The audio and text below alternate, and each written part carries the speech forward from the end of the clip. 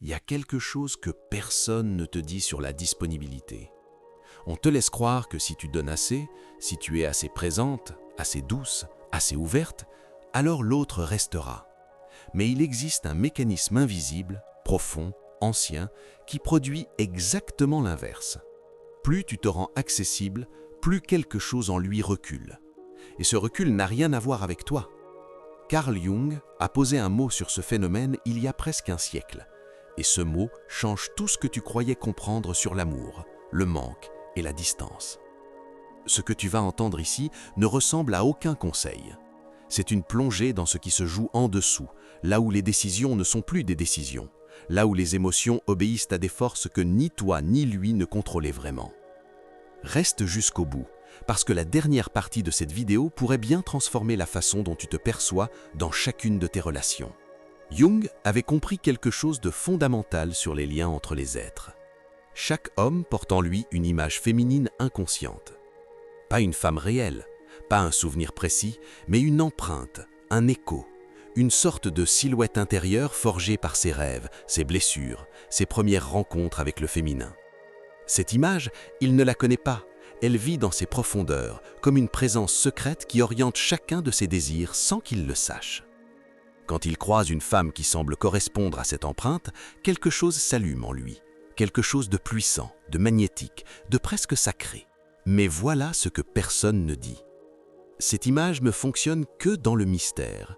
Elle a besoin d'espace pour exister, d'un peu d'ombre, d'un décalage subtil entre ce qu'il perçoit et ce qu'il possède. Dès que la femme réelle devient entièrement disponible, entièrement visible, entièrement acquise, cette image intérieure perd son support.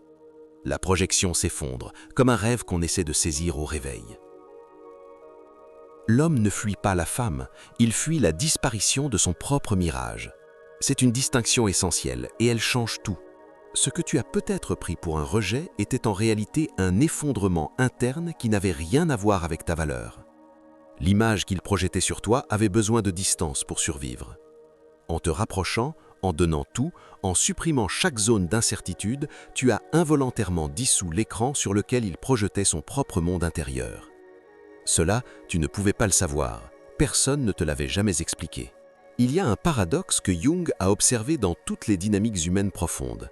Et ce paradoxe éclaire ta douleur d'une lumière entièrement nouvelle. L'inconscient ne cherche pas le confort. Il cherche la tension. Pas la souffrance, pas le conflit, mais une forme de polarité vivante entre deux forces opposées. Le masculin et le féminin, le connu et l'inconnu, le désir et l'absence. Quand cette tension disparaît, quelque chose meurt dans la relation. Non pas l'amour, mais l'élan, ce mouvement intérieur qui pousse l'un vers l'autre et qui donne à chaque retrouvaille une intensité presque initiatique. La disponibilité totale supprime cette polarité. Elle installe une forme de plénitude immédiate qui, aussi généreuse soit-elle, désactive le ressort psychique le plus profond de l'attraction. Ce n'est pas une question de jeu, de stratégie ou de manipulation, c'est quelque chose de bien plus ancien. L'inconscient a besoin de chercher pour se sentir vivant. Quand il n'a plus rien à chercher, il se détourne, non pas par cruauté, mais par instinct de survie intérieure. Peut-être que tu reconnais ce schéma dans ta propre histoire. Peut-être que tu l'as vécu sans jamais pouvoir le nommer. Cette sensation d'avoir tout donné et de voir l'autre reculer exactement au moment où tu pensais que la confiance était enfin installée. Ce n'était pas un échec, c'était un mécanisme plus ancien que toi, plus ancien que lui, plus ancien que toutes les histoires que tu t'es racontées pour expliquer cette distance soudaine. Mais il y a encore autre chose, quelque chose de plus enfoui, de plus délicat à regarder en face. Chaque être humain porte en lui une zone d'ombre. Pas le mal, pas la noirceur, mais tout ce qui a été repoussé, nié, étouffé parce que cela semblait inacceptable aux yeux du monde ou de soi-même. Chez beaucoup d'hommes, cette ombre contient la vulnérabilité, la dépendance affective, le besoin d'être tenu, d'être accueilli sans condition. Ces parts-là ont souvent été enfouies très tôt, par l'éducation, par la honte, par le silence des pères et l'exigence du monde. Quand une femme se rend entièrement disponible, elle fait remonter ses parts sans le vouloir. Sa présence inconditionnelle devient un miroir que l'ombre masculine ne supporte pas de regarder. La fuite, dans ce cas, n'est pas un rejet de la femme, c'est un refus de voir ce que sa présence révèle. L'homme ne fuit pas celle qui donne trop, il fuit ce que ce don réveille en lui, cette part fragile, dépendante, affamée, qu'il a passé sa vie entière à emmurer derrière un visage de contrôle et de force. C'est exactement ici que la blessure de la femme prend une autre dimension. Parce que toi, en face, tu ne voyais qu'un homme qui s'éloignait. Alors tu as redoublé de présence, d'efforts, de preuves d'amour, sans savoir que chaque geste supplémentaire enfonçait un peu plus le miroir dans sa chair à lui, pas dans la tienne. Si cette vidéo met des mots sur quelque chose que tu portais en silence depuis longtemps, prends un instant pour laisser un commentaire. Parfois, écrire ce que l'on ressent dans un espace bienveillant, c'est déjà un premier pas vers soi. Abonne-toi si cette chaîne t'accompagne pour continuer ce chemin ensemble. Les mythes anciens avaient déjà saisi cette dynamique avec une précision troublante. Pense aux grands récits qui traversent les cultures et les siècles. Dans les contes, la figure féminine la plus magnétique n'est jamais celle qui attend sur le seuil. C'est celle qui apparaît et disparaît. Celle que l'on entrevoit sans jamais la saisir entièrement. Hélène, dans les récits grecs, n'est pas aimée pour ce qu'elle offre. Elle est poursuivie pour ce qu'elle incarne, une image intérieure que chaque homme projette sans le savoir sur ses traits.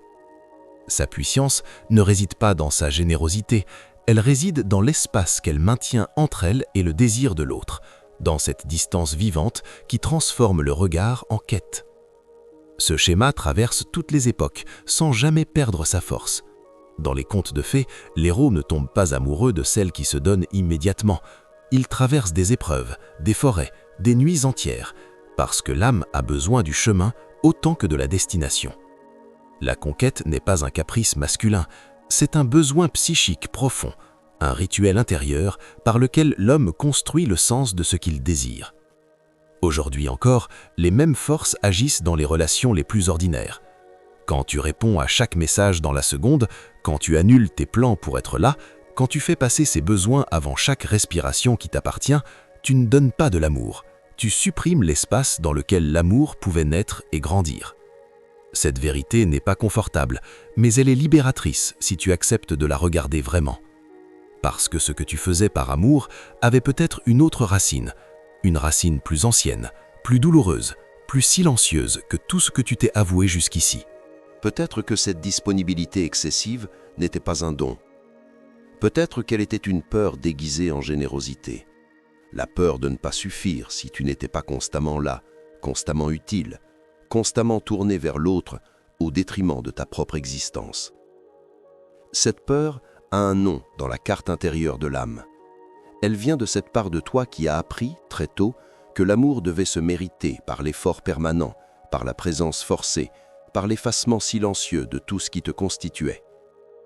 Le masque que tu portes dans le monde, celui de la femme forte, généreuse, toujours présente, toujours souriante, ce masque cache parfois une vérité bien plus fragile. En dessous, il y a une petite fille qui croit encore que si elle lâche, si elle se retire, si elle prend de la place pour elle-même, alors on cessera de l'aimer. Mais Jung a montré que le véritable chemin de l'amour passe par un processus bien différent de ce qu'on t'a enseigné.